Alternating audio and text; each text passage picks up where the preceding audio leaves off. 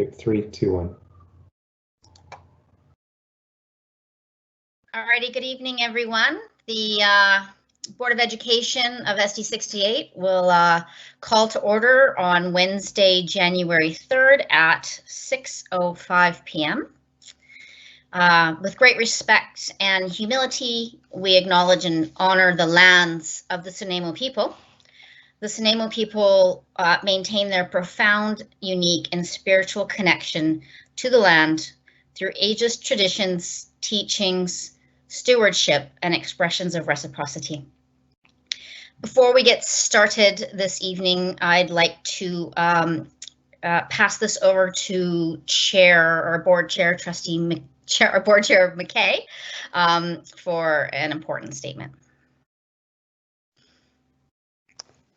Thank you.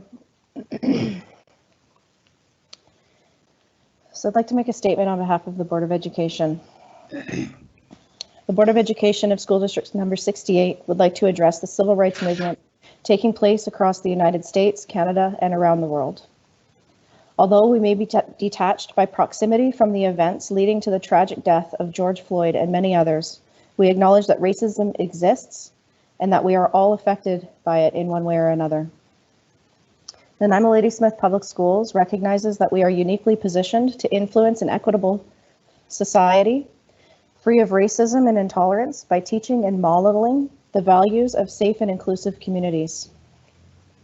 The Board of Education commits to upholding Lieutenant Governor Janet Austin's pledge, Different Together pledge. RBC is inclusive and respects people of all ethnicities, cultures, and faiths, and their collective contributions to our collective well-being. RBC holds diversity as a fundamental value at the heart of the success, strength, and resilience of our communities, workplaces, schools, public and private institutions. We pledge to uphold and promote these values, and we commit to speaking up to oppose racism and hate in all of its forms. We are all affected. We are all equal. To our NLPS family member, Deontay Jelks, we send you and your family our condolences on the loss of your family members this past weekend in Chicago. You recently stated, if you don't step up and make a change and be vocal when you see injustices are happening, when you see inequalities, it will never change. Today, we recommit our voice to yours and will walk alongside you to inspire change. Thank you, Chair. Thank you, Chair McKay. Yeah, that was I'm really grateful for that. We start our meeting by honoring the lands and those Indigenous to them, both as an act of truth and as reconciliation. Reconciliation necessarily involves acknowledging the racial inequities and overt and systemic racism in our own country and community. You know, what's in our communities is in our schools, and sometimes these are painful to see. I'm proud that our chair addressed the tragic events to the south and shared our pledge to value inclusion and diversity.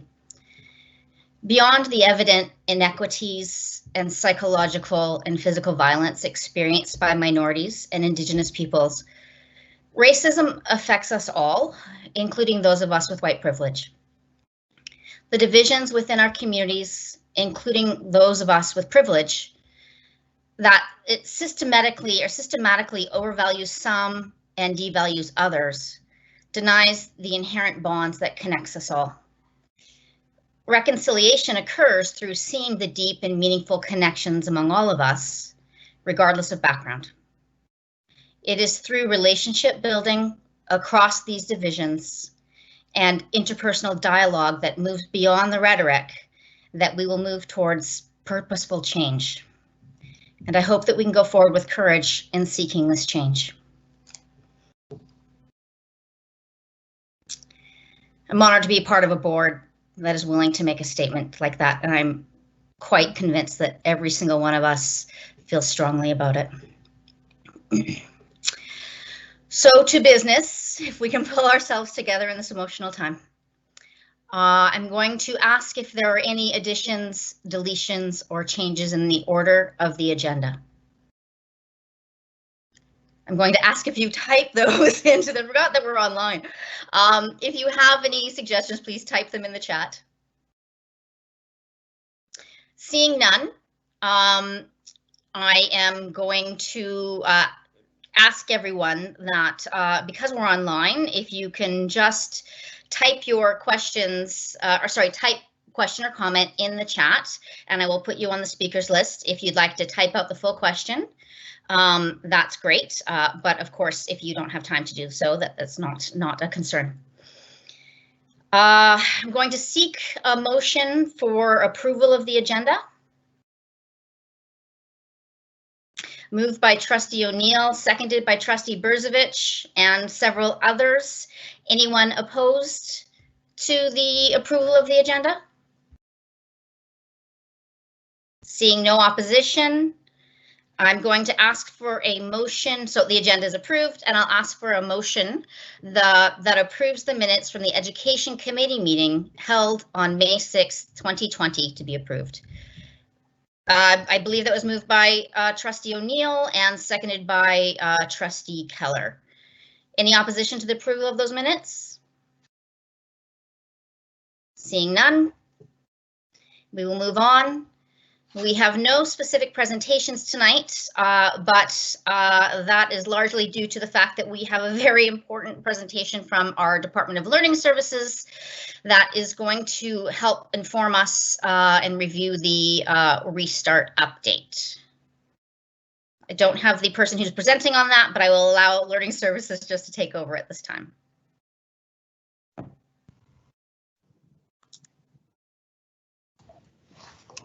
Sorry, thank you, Chair.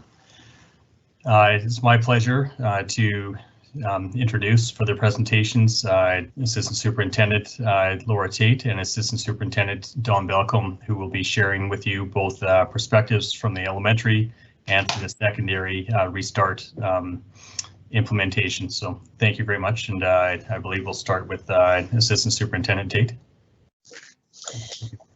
Thank you. Good evening, everyone. I do have my meeting sweater. It's just a little warm in my office, so it's just over here. It's actually been a wonderful start. I think with the weeks leading up to June 1st, there was a lot of activity, and dare I say, some stress involved in that as well, with a lot of preparations on the part of just everyone on our team and our schools at the district level everywhere. So it's been 3 whole days that schools have been open for in-class learning. We have done a little bit of a survey, so we've gathered a little bit of information for you, with the caveat, of course, that it's been just the 3 days. So we hope that we can give you a short, sweet, high-level summary, and then we can take it from there. So we've had about 374 potential children of essential services worker families apply to attend for the 5 days a week, and of that 374, 303 have attended. So most schools have had good participation. From grades K to 5, we've had an average of about 39% of students attend. It's a big range though. It ranges from 16% to 73%, so the average is 39%. As well, at the grade 6-7 level, we've had approximately 40% of those students attend, and again, big range. We've got 19% to 77%. Grade 12s, 34% average, ranging from 25 to 38%. Grade 11 is a 37% average, with the range 26 to 49%. We don't have a percentage or an average for the grades 8 through 10 because it was so broad, but the numbers raise from 30 students to 223 students coming.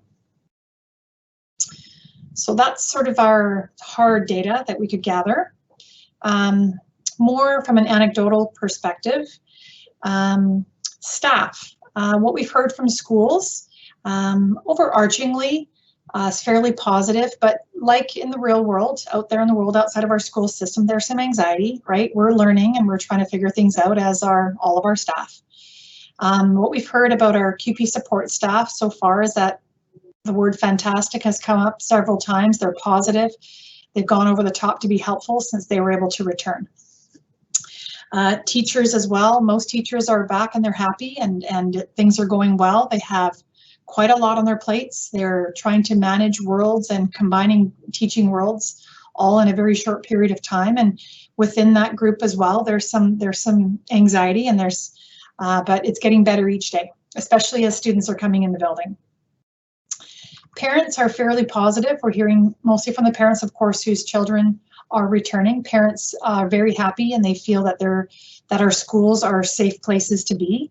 Many parents are really grateful to be able to have their children back in the school buildings for a variety of reasons. Again, we're hearing mostly from the parents that have their children in schools. And then lastly, but most importantly, our students. And across the board, almost without exception, it's extremely positive. Students are so happy to be at school. Again, they're attending for many reasons, but they're so excited to see their teachers, to see the school staff. They're thrilled to be back face to face. They've been missing their friends. So it's nice to have that social aspect, at least for a couple of days. So I think most overarchingly, parents and students are quite grateful, and staff is happy. There's a learning curve, and it's getting better each day. So I'm going to turn it over to Dawn for just a little bit. Oh, sorry, Assistant Superintendent Balcom. I'll turn it over to you. Thank you. Thank you, everyone. Good evening. Yeah, as was mentioned, it's been quite a big operation to get to stage 3 restart plan. We spent April and May doing some remote learning, and the system responded very quickly to the needs of our learners and our adult learners as well, as it was very new to us. And we've been preparing for the last few weeks to get into stage 3 of the restart plan, which opened up on Monday. We are into day 3 of that.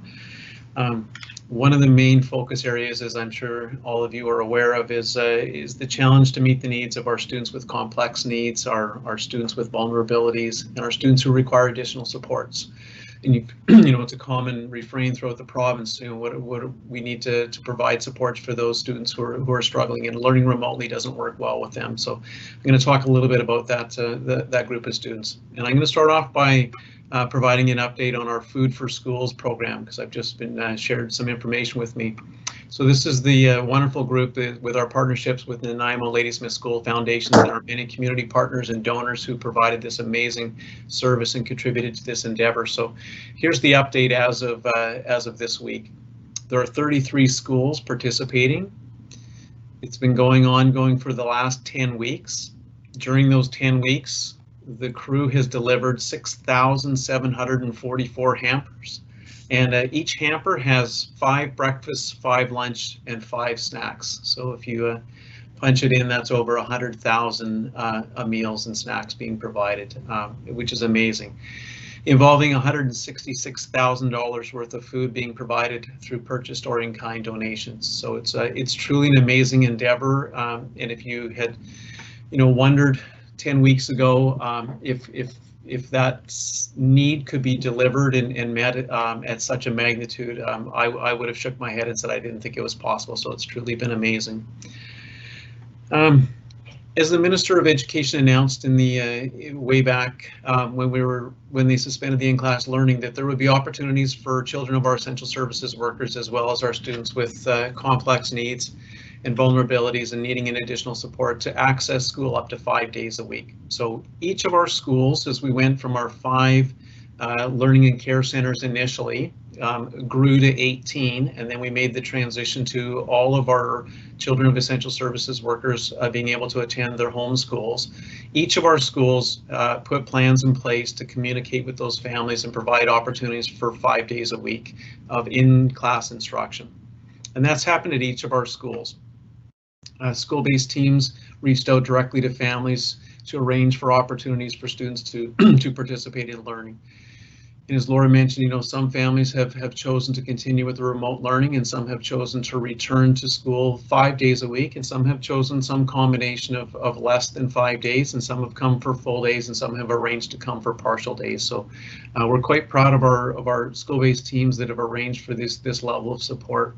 And it is early in this process, so we know that schools will be adjusting plans as they move forward to accommodate additional students. And it's one of the things that we hear back from the system is some of our students that we may have been invited in, they were hopeful that they would re-engage, have chosen not to. And so schools will be reaching out to those families and students and inquiring, you know, if what we offered didn't meet your needs, what can we do differently, or what can we offer that might get you to re-engage? And one of the things that we're finding out early, and I can't remember if Laura mentioned this, that, you know, some of those families that signed up to return to class signed up and haven't come back the first couple days, and they're starting to reach out to schools saying, hey, we were a little hesitant, but you know, we're hearing that school's good, it's safe, it's fun, and you know, we want to take up that opportunity. So each of our schools are hoping to increase those numbers. So when Laura talked about the range of percentages, all of the schools staff are saying we'd love to have more kids in, because we've safety wise have planned for the population density. So up to, you know, 20% of students at secondary and 50% of a class total at the K to 5 and 6, 7. And schools that have less than those students are trying to say, how can we reach out and engage more students? So we're hoping to provide a bit of an update maybe at the end of next week as well, to let you know kind of what next week looks like, because we're talking to you day 3 of stage 3, and I'm sure you'll be curious to know what happens a week from now or 2 weeks from now. Students who have vulnerabilities or complex needs that are choosing to continue to learn online or remotely, school-based teams are reaching out and continuing to do those. Some EAs are communicating face-to-face through Teams video conferencing. Some of them are going for social distancing walking. Some teachers have been dropping off materials and stuff for students who've chosen to continue their learning at home. And as Laura said, the stories you hear are just amazing. It's been really satisfying from the district to see everybody pulling so hard to make this happen under very challenging circumstances. So I think I'll kind of end there with that report. And like I said, we're hoping to provide more information to you maybe in a week or so in a written format. And so I think if it's okay, we'll just end with just a quick little anecdote from a school, and another example of sort of an activity that's occurring in schools. So one school writes that we have 97 students today, and we had 107 students yesterday. It was wonderful, joyful, calm with our student energy back in our school. Thank you to our staff for being resilient, dynamic, and flexible in our new learning community. The custodians have been reassuring at keeping our space clean and safe. We're grateful to our district team, the endless hours, ongoing energy, and collective brain. Yes, we have adjustments and questions, and we will continue to, I am certain. So their theme upon return is kindness, which is all in the entry of the school. And an example of one of the activities is their grade 6, 7 students painted and designed a Frisbee golf course. And in another school, we have a kindergarten class outside on the 4 square area, participating in a drumming circle while socially distancing. So there's still rich learning activities going on, contextualized for the challenges that we face at the moment. But people are feeling joy and calm, which I think are 2 very good things. Thank you. Thank you.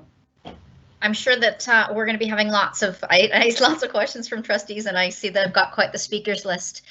Trustee Keller, you're first on that list. Thank you, through the chair. So thank you, Ms. Tate and Mr. Balcombe, for an excellent update on the good work that our staff in our schools are doing. I'm just curious to know if parents decide that what they're seeing is safe and they want to send their kids to school and we get more demand. I'm wondering sort of what are the practical limits of what we can accommodate and maintain appropriate safety mechanisms in the classroom? Okay, So I'll answer for secondary first, and then I'll let Laura answer for elementary, because it's probably a little bit more complicated for elementary. At secondary, this stage has students in school up to just 1 day a week. So we've planned at the secondary level for 100% of students returning. So we've put 8 students per classroom with a plan for 100%. So if half of those students come back, which a lot of schools are at, they have classroom space organized, which would be an average of 4 students per class. So the ability to accommodate students safely is at 20% capacity is fairly easy at secondary. It's a little more challenging at elementary because they have more opportunity to have more students in the building at one time.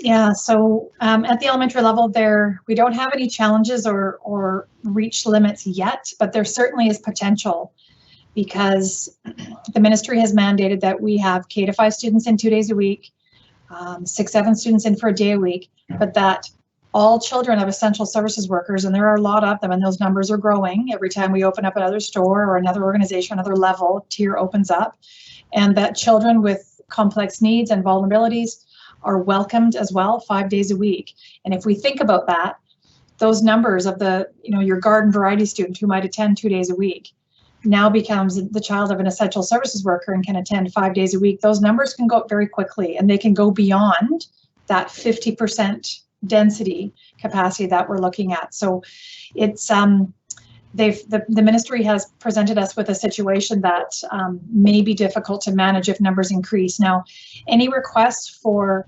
more than the 6-7s the day or the K-5s 2 days, unfortunately, we're holding the line with the ministry mandate, so we're not increasing those, but we have very little control over the children of essential services workers because they need to be provided care. They need care. They need somewhere to be while their parents are at work. Thank you. Trustee Keller, did you have a follow-up for that? If that's okay, through the chair. Yes. So thank you. So I think what I heard was in the K-5 area, we're allowed to have about 50% of the students at any one time. Do we have a contingency plan if we see demand go beyond that?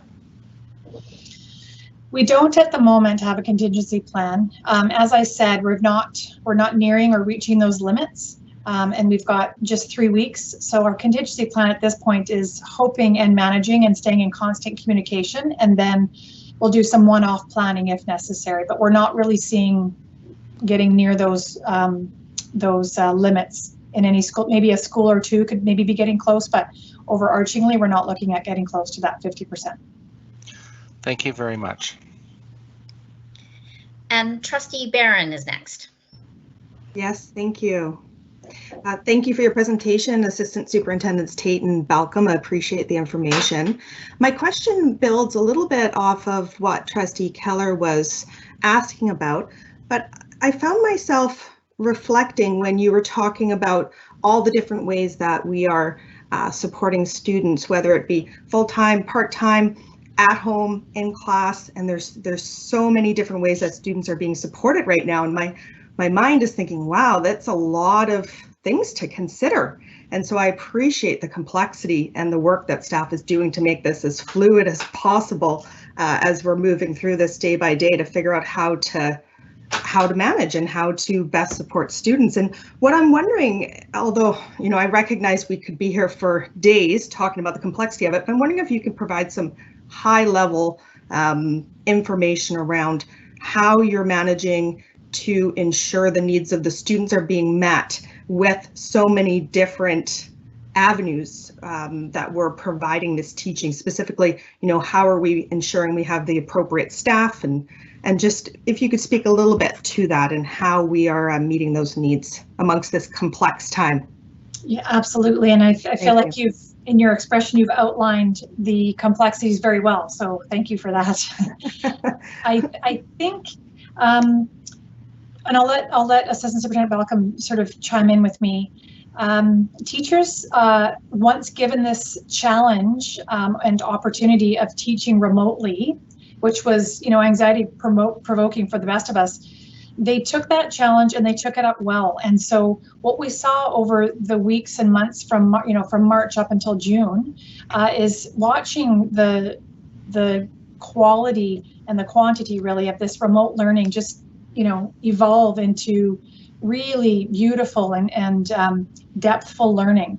So I want to sort of set the stage with that those teachers took the reins and they really got to learn this in a very short period of time, put themselves out there, and were providing beautiful educational opportunities for the learners. So when things changed, they had that foundation. I think what's been more of a challenge, to be honest, is teachers are now finding it difficult to pull that back. Under realistic circumstances, pull that back a bit in order to then be at school for 3 or 4 or 5 days a week supervising children. So I think that's been more of the challenge, that we're trying to let them know that it's okay to pull back a little bit because you have different kinds of responsibilities on your plate. So I think that's been the challenge. And I think we've shared a little earlier, principals are in constant communication with teachers and the students that they have. Principals have asked to be involved in all of the communications going home, the remote learning going home. They're at schools now, they're in classrooms. So certainly we have the support and the oversight of principals in that regard in terms of the quality and how we're reaching all of those students. As well, we can't forget we have all of our non-enrolling staff, who's, student support teachers, counselors, and they are really paying attention to those students who are most vulnerable, are students with complex needs, and since March, they've set up provisions to ensure that they're connecting more directly, and they're connecting more directly with the students, with their families more often, etc. So all of those kind of foundational pieces are still in place. I think what you're alluding to is trying to balance all of this. So all of the foundations are there, all of the practices and protocols are there since March. It's just now trying to balance some of those things. That's the challenge that we're experiencing, and it's been just 3 days. So I think we're going to, as my colleague has stated, maybe check in again another week and maybe another week as well to see what we're learning and to see what we're seeing. Did I just say see what we're seeing? See what we're seeing. Thank you. Mm-hmm. Yeah, and the only thing I'll add to that is that when this in-class instruction was suspended, teachers started to lead by example. They became the best learners we've got in the whole system, and students were at home going, how is my teacher going to figure this out? Well, the teachers were figuring it out, and they figured it out real fast, and they figured out what's worked and what they're going to keep doing, and they've also figured out what hasn't worked for some of their learners. And I know in June, as we go through and we try to engage more students, part of that conversation is going to shift to what's it going to look like in September, and how do we do things better for some of those students in September, and better for some of our teachers, right, who have gone all in our, as Assistant Superintendent Tate said, we got to rein them back a little bit. They're trying to do too many things to too many people, because that's who they are and that's what they want to do. So this is an opportunity for us to reflect and say, this is working, we want to continue this and support this and grow this in NLPS. But we also know there's some things that we want to do better in September, and that's part of what June and the summer will be for us in our department, is trying to find ways to be better for next year. Thank you very much. Trustee Barron, did you want to follow up on that, or? No, that definitely answered my questions. I appreciate all the insights, and a big thank you to you and all the staff's work as we move forward. Thank you. Trustee Berzovich, you're next. Thank you. Thank you through the chair. Mr. Malcolm, actually, you started to talk about some of what I was going to ask about when you mentioned September.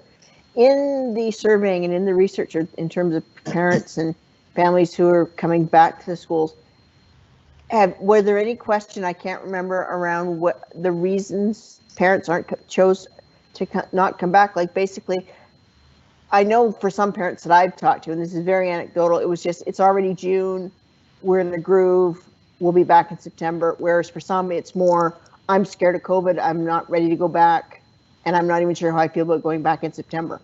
Have you got done any of that kind of research yet to get a sense of where we're at with those numbers? And I'm not necessarily asking you to give me those numbers, just have you been exploring those questions? No, we have not asked that question of what's your reasons for coming back or staying home. We've just acknowledged that both those options were viable and would be supported. We also know that going into September, as you hear from the public health officer, this is a bit of a long game, right? So we're hoping that we can have some supports and plans in place for parents and students to be able to say, okay, this is what the entire 2020-2021 year is going to look like. The minister has, a 5-stage return to education plan, and so we'll have communications around each of those stages and supports in place. And I think for some students and families, as you pointed out, the remote learning was working quite well, and then the notion of coming back for June, for some of them was an easy decision, saying this is working, and we're just going to see you in June. And we've heard that anecdotally from schools reporting, right, saying some of the families who've opted out of returning are opting out because they're quite happy where things are, and there's, for them, it's the month of June is short, and they'll be ready to go in September. Yeah. Okay.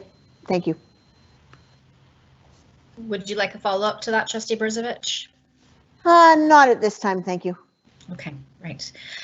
Trustee Higginson. Thank you very much. Thanks for the information tonight. I have a comment first and then a question, and my comment is just another piece of information for folks about my experience. I got to visit some schools yesterday, and it's so lovely, like you said.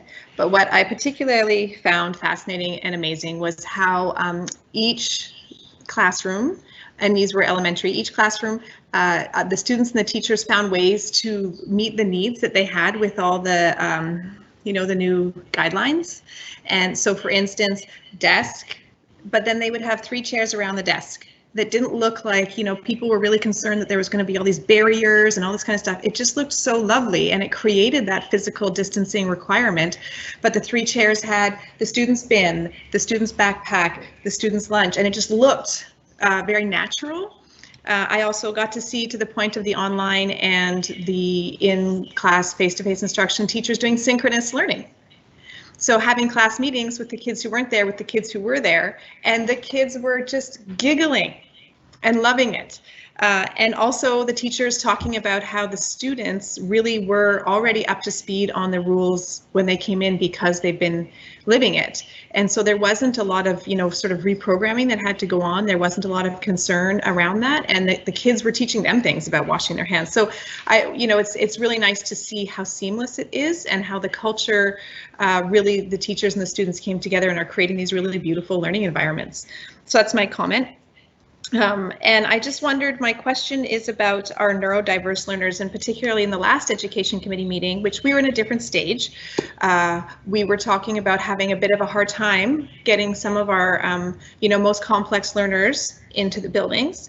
And so I'm wondering where we're at with that, if we've been able to overcome those challenges that we were having, and if those students are now in the buildings, and if so, sort of what percentage of those students' needs are we meeting? Not percentage of their needs, what percentage of the students are in and whose needs we're meeting.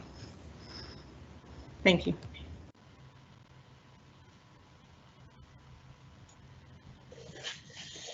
Dawn, are you jumping in, or do you want me to jump in? You go ahead, and then I'll join in. Well, we don't have exact specific data, but there is a subgroup that we know that approximately 50% of those students are in. Which is a beautiful thing, which is we've worked hard. And part of the reason why we were unable to get maybe some of them in a little sooner was just the rules, and the guidelines from the province around social distancing. And, since this stage 3, we've been able to relax those a little bit. So we've been able to meet the needs of those students a little bit more easily. So I think overarchingly, our neurodiverse learners, they're a smaller percentage, and we don't have exact numbers for you, but that's certainly something that we can work on for you. But as I said, we have a particular subgroup that we're aware of where 50% of those students are in schools learning.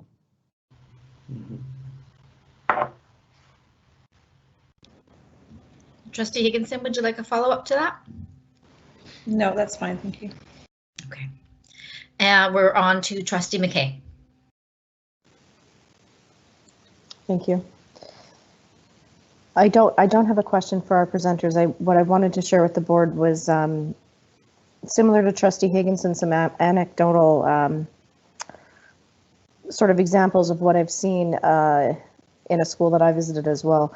And also just to share, I think in particular, the fact that it was made very easy for, family members have shared that with me, that when they needed to access additional days for their students that had vulnerability factors, that process was very easy to undertake at the school, and that the students and families felt supported. And I wanted to share that with the board because I think it's important to hear that sometimes it's not just who the school knows, but it's also the families identifying, hey, this would work good for my child, and that type of situation being able to be addressed. And then, something that I noticed when I did do a tour was also, sorry, pardon me, and this is a kudos to our QP stakeholder group. As I was wandering about the school, getting a tour, understanding all of the different directions that students are being given, like I was given that tour as if I was going to be a student attending school.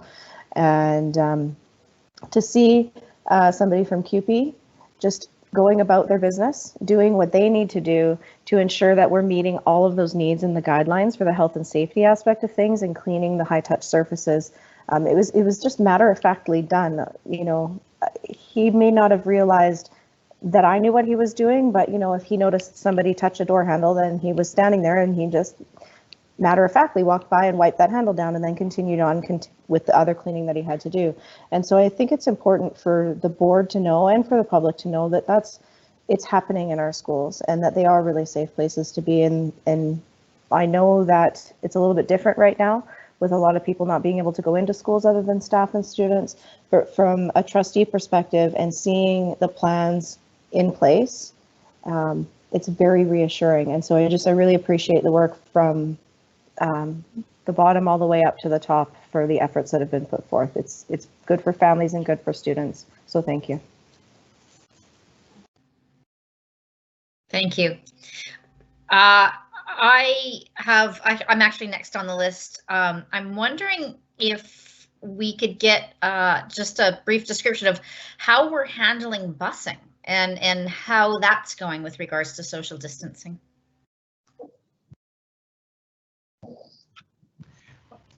I can give you a very kind of high level overview of busing. I know our transportation department has spent a lot of time, families have registered to bus. They use the Z Pass thing for busing. They have some barriers for safety for our drivers. They have scheduled so that students have space unless they are siblings, living in the same household.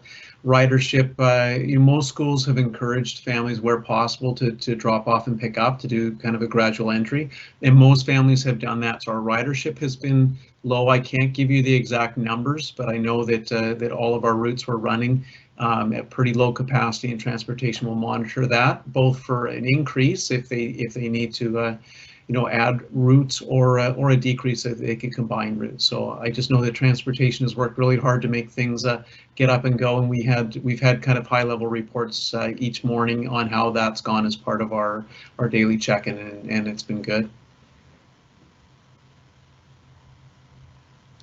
Thank you very much. Trustee O'Neill is next.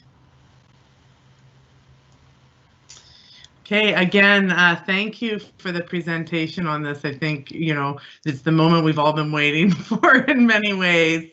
Very positive feedback, and it was a while back Trustee Brezovich talked about some of the, things that we've heard around parents' concerns with returning to school.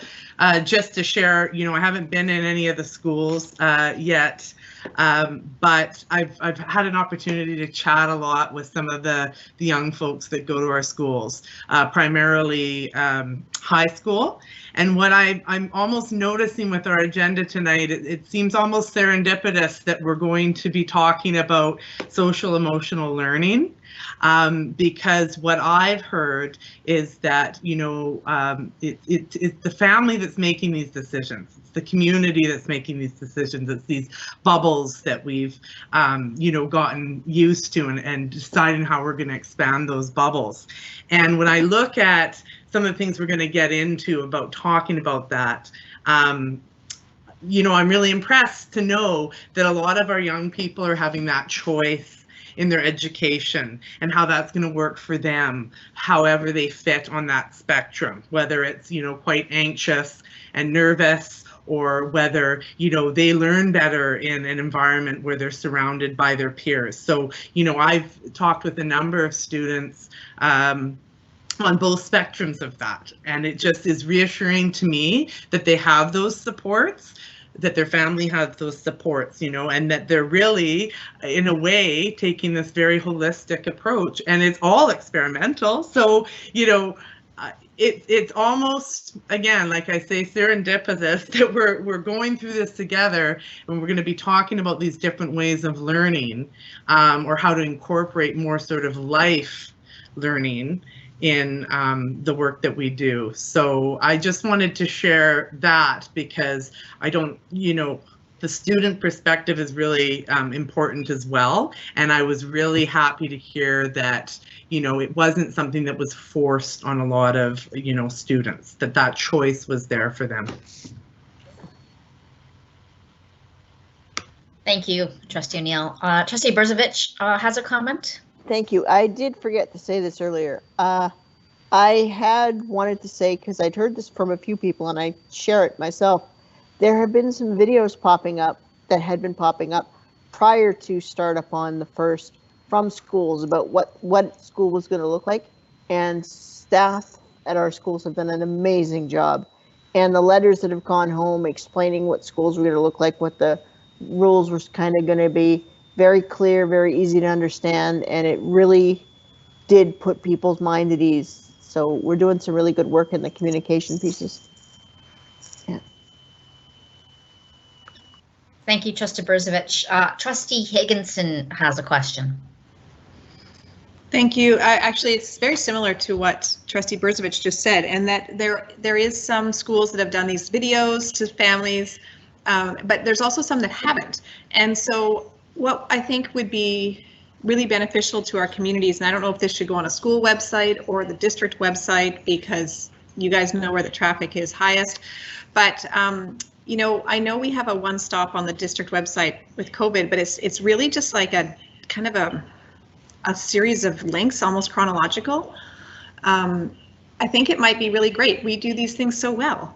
We have the singing superintendent, to have, you know, a tour of a school where with kids in it, if that's possible with social distancing, but even if it's not, without kids in it, just so that families who might be feeling a little bit nervous, even though they're going through, I'm sure they're going through the principles, it just gives them that thing to check out. Also, like an FAQ, I know that our district plan is on the website, but it's quite cumbersome for some folks to try to get through that. Just to, hey, what will it look like? Will my kid have the opportunity to wash their hands? You know, will they have the opportunity to fill their water bottle? Because that was the concern, because the water bottle filling stations are closed. Well, they can use the sinks. So, you know, there's all sorts of things that I think people are just asking questions about. And so we do the communication stuff so well that I think if we provided that to people, that it might give them a place to just say, get a tour and see what it's like and see what it looks like. That would be great.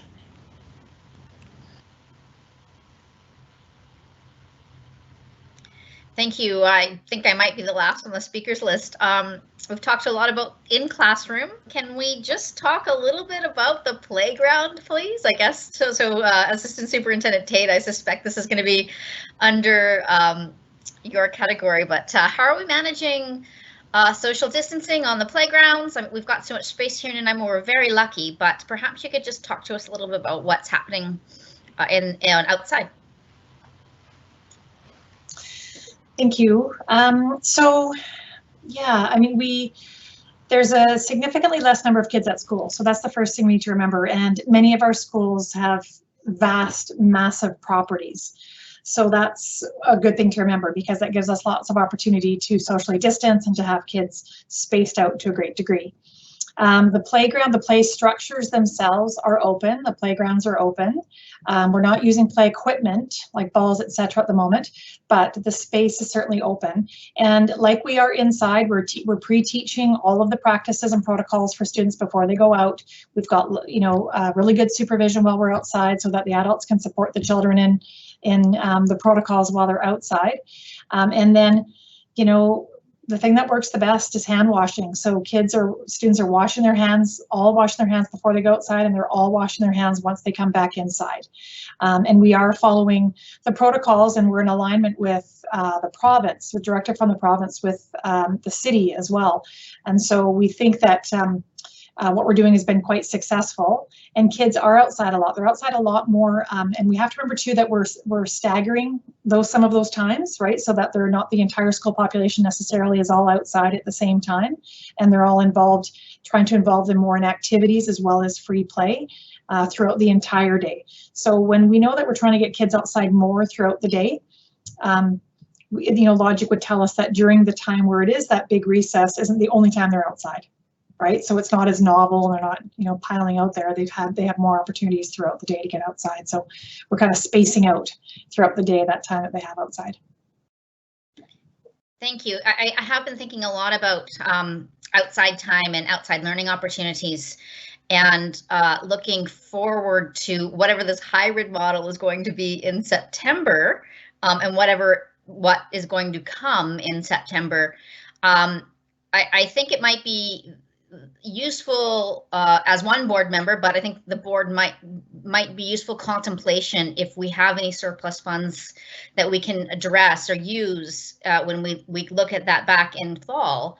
You know, this might be an interesting question for us to look at, is what kind of outdoor play facilities or learning facilities do we need to allow us to meet education in a pandemic. It might be an interesting time for learning services to bring those kind of innovative ideas forward, just as a potential idea. Thank you. I believe Trustee Higginson has some more questions, so don't worry, Trustee Higginson, you're back on the list after this. Okay, good, because I've got more. Just noting that you mentioned the equipment, not utilizing the equipment. And I'm curious about that, just because I see some stuff happening in other districts where they're setting up, you know, like to help the kids learn how to be out in the field while observing social distancing and not dogpiling on top of each other, because that's what's fun. They're setting up like obstacle courses and relay races and stuff like that. And so I'm curious about the decision not to utilize the school's sort of play equipment, like the hoops and balls and stuff like that. What is the purpose that is behind that? And then is it possible to also then emulate some of these other practices we're seeing in other districts?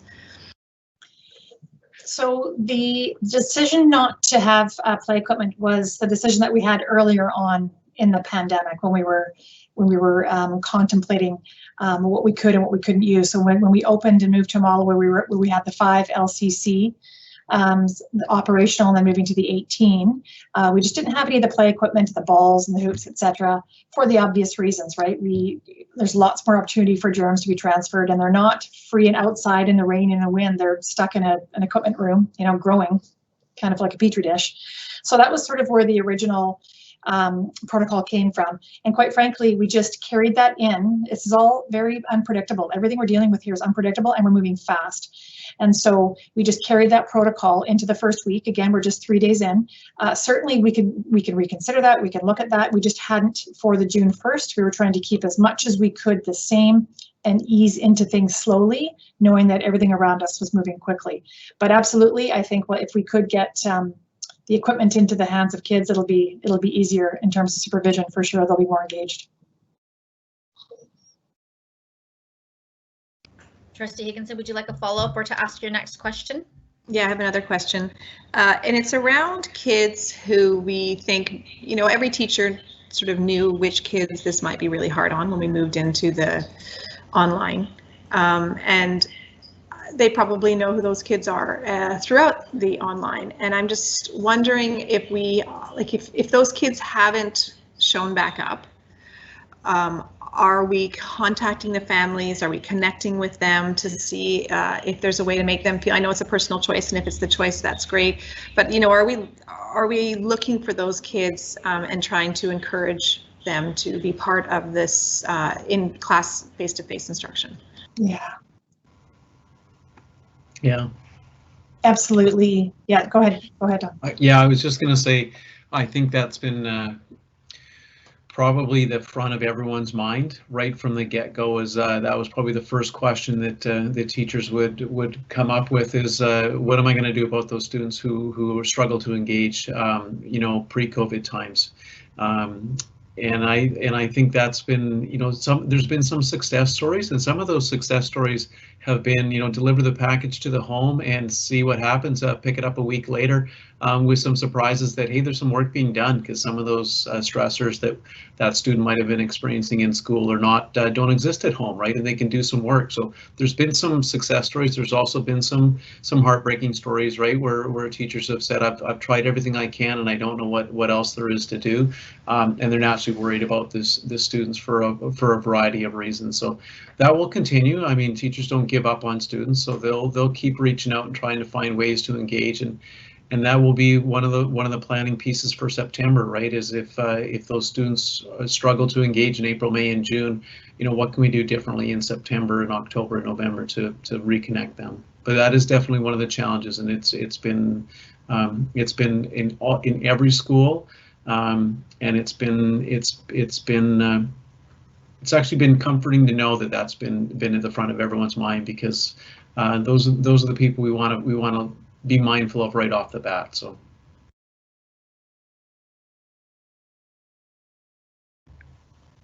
Thank you, Assistant Superintendent Balcom. That leads me to my next question, which may be a bit of a crystal ball question. I apologize. It's more thinking of September, and I'm kind of wondering about the processes that we have to reflect and learn upon the lessons that we're getting now.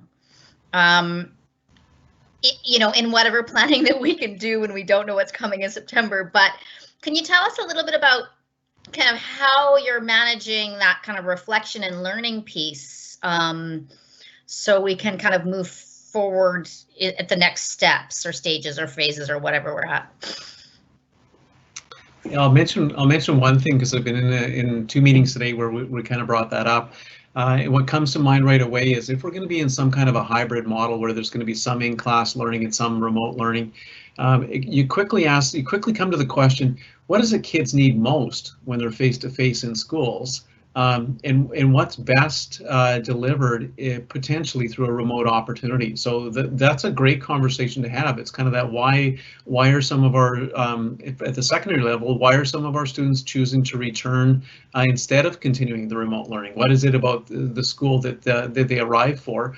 And we're just learning that in our schools are just figuring out as kids come back, and they're asking those questions. You know, what are you here for? Some of it's academic, some of it's connecting with the adults that have cared for them over the years that they really miss, and some of it's that social emotional support that they get from being part of a community and with their peers. So that's a big hybrid model question, right? Is what's the best way for students and the teachers to spend their time face to face, and what's the best way to maximize learning when it's done remotely? And I would, if I could add, I think because things are moving so quickly, we have our team principals, we've worked really closely together, and we've pulled together in a way that I've not seen actually occur before. And we're constantly planning, refining, looking for feedback in a very quick way. And we're not getting to that place where you sit back and let things play out for a couple of years at a time and then remember to revisit. Because we're in this constant state of evolution and revolution, actually, we are constantly sort of involved in this sort of spiral of inquiry, really, where you're planning and reflecting and you're looking at if what you're doing is working or not working, and it's happening right there, right in front of you, because things are changing, you know, day to day, week to week. So we're constantly in that phase of reflecting and then planning again, because it changes actually in 3 weeks, or it's changing in 2 months down the road. So it's a really unique time actually to be existing, and I think it's unique in that it's providing us this opportunity of always being in that state of reflecting and then learning and planning and reflecting and learning again. So we already are looking forward to September, looking forward direction to September. And we think we might know what it looks like, but we know for certain it'll not turn out that way, because that's not how it's been over the last 3 months. But again, we're already and have been talking about that for a couple of weeks now. Thank you. I guess in some ways, assuming that you can sustain this, that's the silver lining. Those are some really beautiful questions to be asking. Yeah. Trustee Higginson, you have 2 more questions. I have a lot more, but I'll keep it to 2. The first one is around how we're defining vulnerable students, because my understanding is that we're having our definition is sort of limited to kids who had demonstrated vulnerabilities prior to the pandemic. And I'm curious because I'm just wondering about the fact that there are probably kids who were doing great prior to the pandemic, but the actual pandemic has proven to be quite hard on them in their mental health and their physical health. And so how can we meet those students' needs if they are vulnerable and becoming more and more vulnerable by being at home, if they can't be in the school more than 2 days a week, when their counterparts who were vulnerable beforehand can be in the school more than 2 days a week? I'm just wondering if it's possible to expand our definition of vulnerability to include those kids who are really struggling under the current context. I don't know that we had a strict definition for vulnerable prior to the pandemic. I think vulnerable is whatever's sort of in your face at that moment, which is why school-based team meetings, for example, happen every week, and teachers and staff bring their worries and their concerns and their celebrations. They bring them to those meetings every week, and what those concerns are or those vulnerabilities are in any given week can change from week to week. And what we're seeing is, you're right in part that we came into this predicting or thinking about who we thought our most vulnerable would be, and in most cases those things were maintained and those are correct. However, we very much have social emotional well-being at the forefront of all of this, and we've maintained that. And students, like you're saying, Trustee Higgins said that because of the pandemic, seem to have maybe drifted away a little bit. Those are the ones that we're worrying about now. Those are the ones that we're bringing to the arena of a school-based team, for example, every week. And then, as Assistant Superintendent Balcom mentioned earlier, that we're looking for now new ways, and we're trying to exhaust all the ways possible. So I think that the definition of vulnerability is evolving depending on the context that we have right now.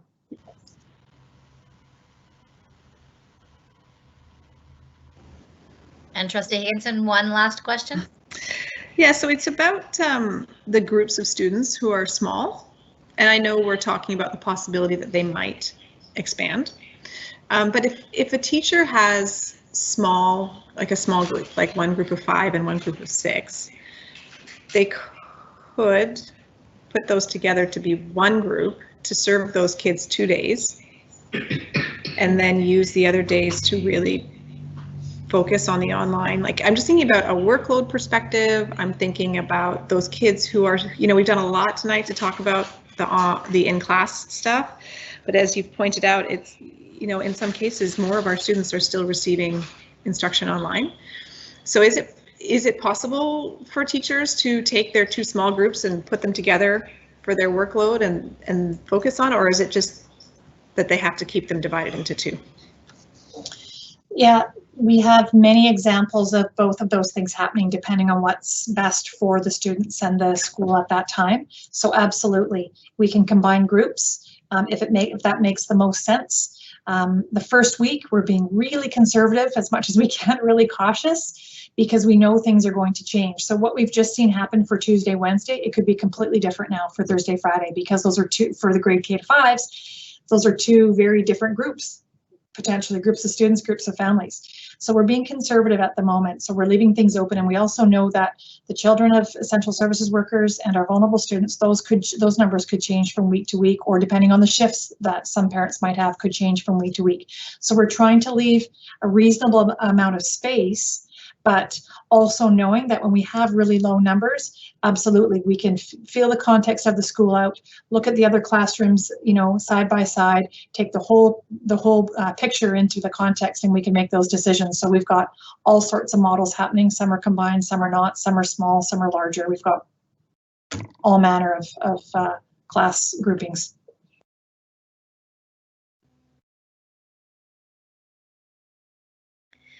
Trustee Higginson, would you like a follow-up on that? No, thank you. Other than in my follow-up, I'll use it to say that I am also looking forward to the discussion on September and, you know, the process that will be utilized. I have one parent in Ladysmith who has one kid in every school and is managing 14 different apps. Maybe they've narrowed down themselves like now by now, but at one point it was literally 14 different learning platforms. So I'm looking forward to that discussion as well. Thank you. And Trustee Higginson, I do jest about limiting questions. I actually think these are really important questions because I'm actually so incredibly impressed, and it's so important for us to hear not only what we're doing in our classrooms and in our schools and how much effort there is. And I hope that there's some community members that will watch this, but not only that, I guess I want to say thank you, because not only besides what you're doing, I also hear an abundance of care. And how lovely is it that, you know, our administrators, which we often kind of hear that term, without the heart. And what I'm absolutely seeing is that there's administration that very much has heart and very much has care and very much has our students at the center of everything they do. And it's been quite, you know, it's been lovely to hear, and I would like to, you know, hear lots more in the future as we go through this process. It's quite the learning experience. So I appreciate everything that you all are doing. So thank you very much. All right, trustees, any last questions on this before we move on? I can see one head shake. Okay, thank you very much, Assistant Superintendents Balcombe and Tate. Again, it's so incredibly appreciated. Thank you. Very welcome. Okay, speaking of managing different apps, I have to pull up the agenda on my other computer. We are now moving on to a senior staff report from Deputy Superintendent Tim Davey to talk about a board authorized course. Great, thank you, and through the chair to the Education Committee. If I could please just bring your attention to page 6 of 14 in your agenda package, and we are looking at the action sheet for the board authorized course framework. And I'll start on page 6. I'll briefly walk you through pages 7 through 14, and then I'll come back to page 6 for the recommendation. So what we're looking at tonight is a recommendation coming forward for a board authorized course. So I'll give you the backgrounder, and what we're speaking of is a board authority authorized courses provide an opportunity for educators to explore content beyond the boundaries of ministry curriculum.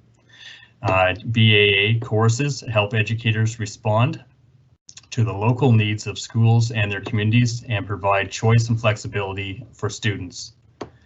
Under the ministry guidelines, all locally developed courses that may count for graduation credit at grades 10, 11, and 12 level must be submitted as board authority authorized courses and be approved by the Board of Education. Tonight, I'm sharing with you, and this has gone through a committee structure at the staff level. It's a board authorized course, or board authority authorized course entitled Social Emotional Learning 11.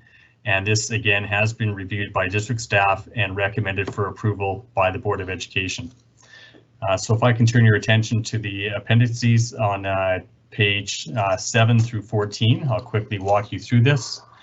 What we're looking at is then a submission.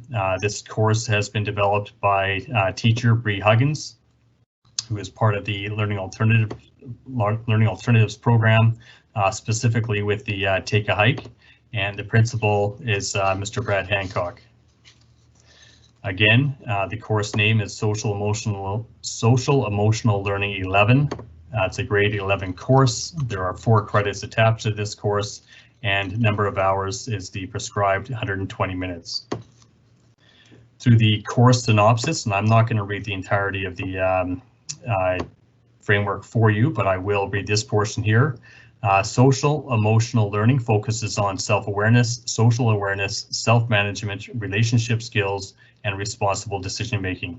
It promotes an understanding of one's emotions and learning how to have control over them.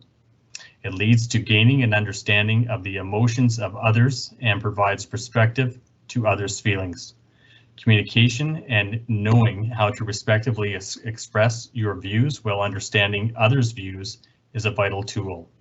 Students will gain valuable skills in communicating effectively as well as building and maintaining relationships. Students will also practice invaluable skills to slow down and be present, use mindful techniques, and create their own toolbox of skills that work for them. So that is, again, a synopsis of the course. And I'm just going to walk you through the different components of this framework as it's been presented.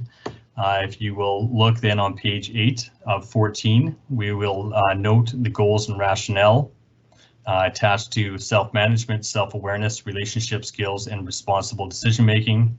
And also on page 8, there is a perspective brought forward around Aboriginal worldviews and perspectives. So it outlines that. I wish to draw your attention that this framework is being supported through the Circle of Courage work, and specifically through the work of Dr. Martin Brokenleg and Dr. Larry Brentro. Turning to page 9 then, we can see that in terms of how this attaches to our curriculum and the framework that we have for curriculum, obviously the big ideas are attached, which I've mentioned earlier, the learning standards, and into the curricular competencies. That takes us through, if we can turn to page 14, page 11 of 14, continues through, and page 12 specifically speaks about the big ideas. On to page 13, speaks around the instructional components. So there will be direct instruction, demonstrations, modeling, group activities, peer teaching, experiential learning, journal and reflective writing, peer assessment, self-assessment, oral presentation, gratitude practice, and social emotional toolkit.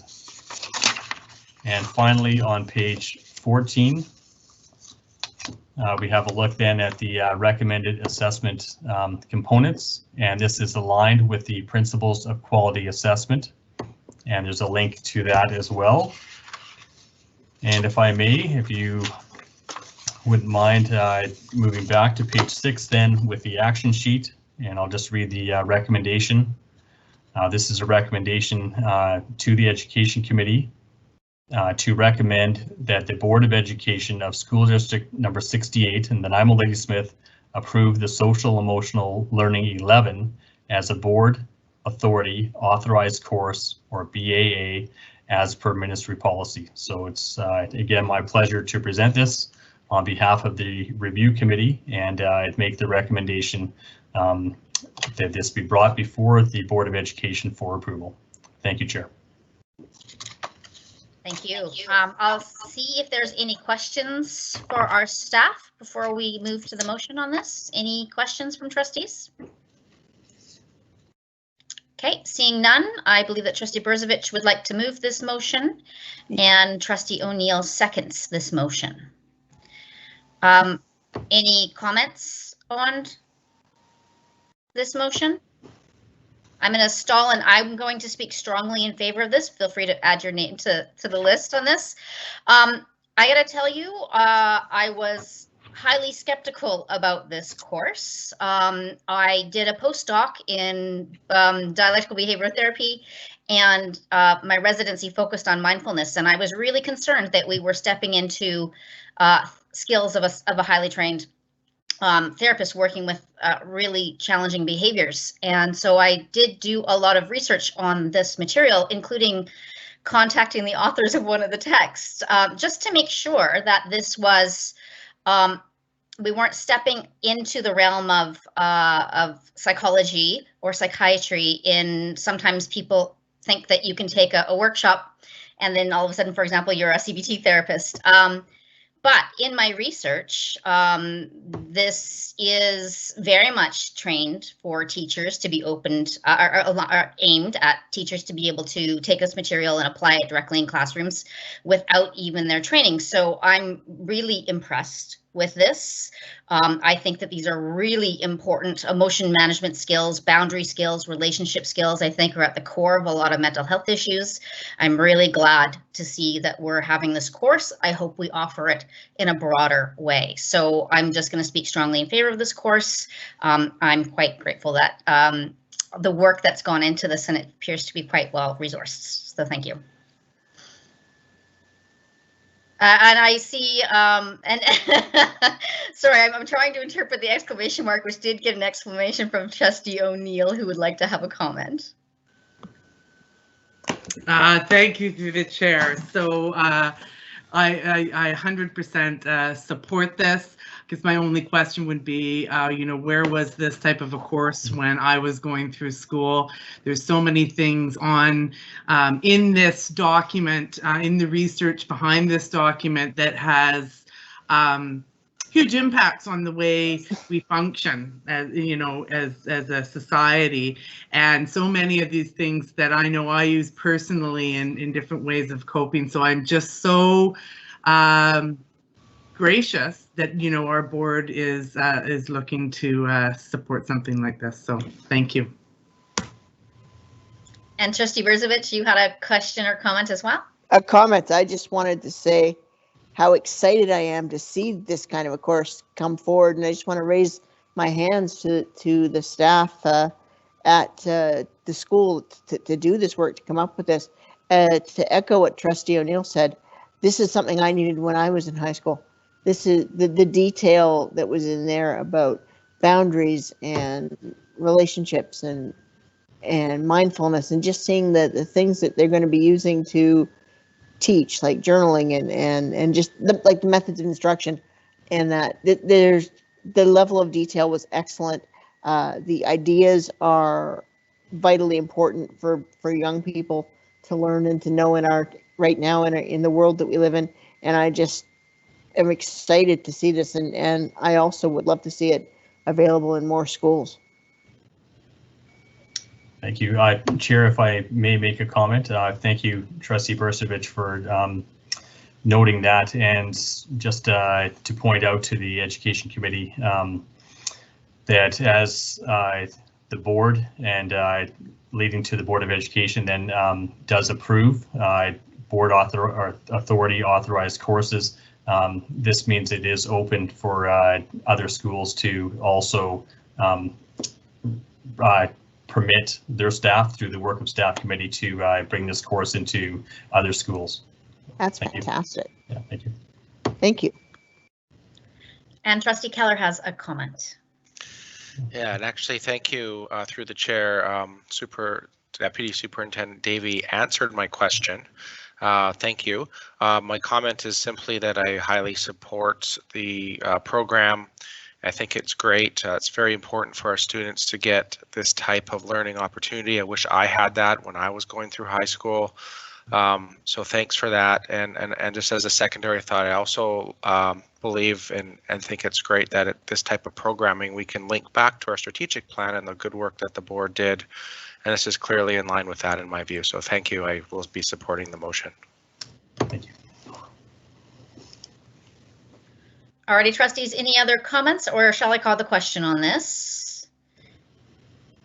Okay, calling the question. If anyone is opposed to the motion as written in our agenda, please indicate now in the chat. I tried to write that I had a comment and somehow it didn't come up. Okay, Bill, go ahead. Thank you. I appreciate that. I just want to meet the teacher that was responsible for launching this course idea and elbow bump with him. I think that was her. It's a her, yes. It is a her. And also to tonight's chair, Trustee Stanley, with your professional background, taking the time to do the research you did. I'd like to acknowledge you for that. That's generous of you, Bill. It's actually in my ethics of from the College of Psychologists, so I couldn't approve this without having to have done that. Not that I'm registered, but anyways, that's aside. Back to the motion. One last chance for any opposition, although I suspect that I will see none. I'm seeing no opposition. This motion has passed unanimously.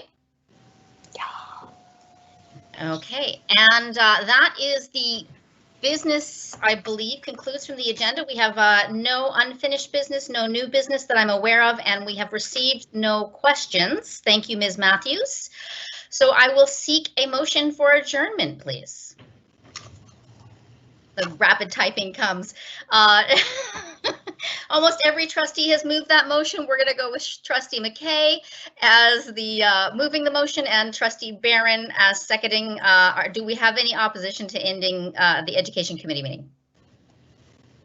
Seeing none, as of 7:20, we have now adjourned. Thank you very much, everyone. Good evening. Thank you, Chair. Good evening. Thank you. Thank you.